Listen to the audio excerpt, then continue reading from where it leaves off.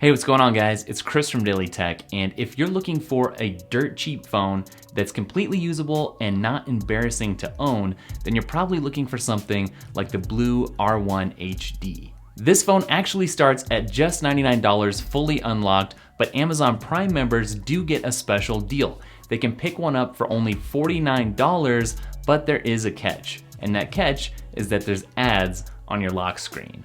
And yes, every single time you look at your lock screen, you're gonna see an ad. That's just the way it is. But sometimes these ads are targeted and sometimes they're not. When they're targeted, they're actually pretty bearable, but when they're not, it's actually pretty annoying. For instance, in my testing, when the ads have been targeted, I see things like tech ads, things like headphones. But when they're not targeted, I see things like cosmetics or lipstick ads. Now the ads are full screen by default, but they do get shrunk down to a less invasive size if you have notifications on your lock screen. So the big question is, how do I feel about these ads on the phone? Is it doable? The answer is, I'd rather that they weren't there, and if you had the extra $50, I would totally upgrade and go with that $99 version to skip them altogether, but actually, it's pretty livable with these ads, and I think it's because I've become so used to seeing ads on my mobile devices anyways, whether it's in an app or just on a website. So, long story short, it's really not that bad. Like many budget phones these days, it does ship with some bloatware. You're gonna get 9 pre-installed Amazon apps and an additional widget which goes on your home screen. And during setup, you do have to sign in with an actual Amazon account, otherwise you can't move forward. All right, next let's talk about the design and the build. And actually my first reaction when I saw this phone was, wow, this only costs $60? I couldn't believe it. So in terms of this phone's design, there are some really nice features. I like the metal that runs around the entire side, and there's some really nice curved glass on the front. And if you're wondering how big this phone is, the phone itself is actually about the same size as an iPhone 6s with a case on it.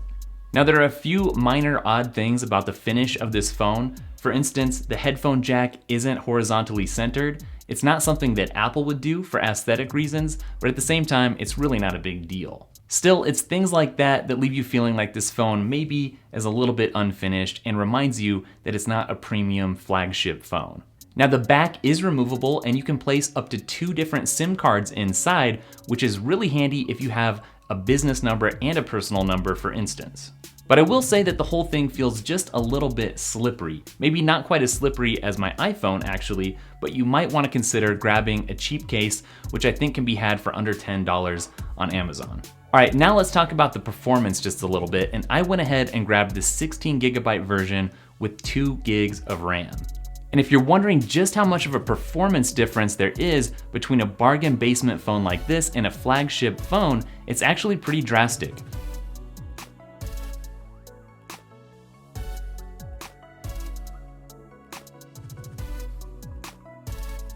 Even so, I'd say it does still have fairly snappy performance for everyday tasks like email, messaging, web browsing, and even light gaming. But when you place a flagship phone side by side, you will notice that things like websites do load much slower. Also, I have noticed that there's been a couple times where I've tapped a button and it's taken a second or two for whatever I intended to happen to actually happen. It doesn't happen all that often, but when it does, it is kind of frustrating. The screen on this guy is actually very, very bright, and it's surprising how good it looks considering that it's only 720p HD. Now the speaker on this phone is certainly one area that could use some real improvement. Unfortunately, it doesn't get as loud as I'd like it to, though it is usable, and it's rear facing. So all the sound is pointing away from you, and that's only exacerbated by the fact that your fingers or your hand can easily cover it up and make it sound even more dampened.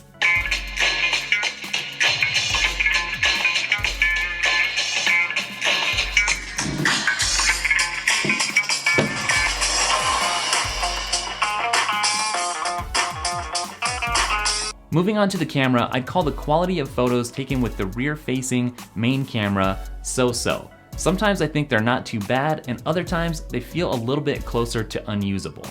Additionally, the default camera app is super basic and doesn't even have any decent photo editing features.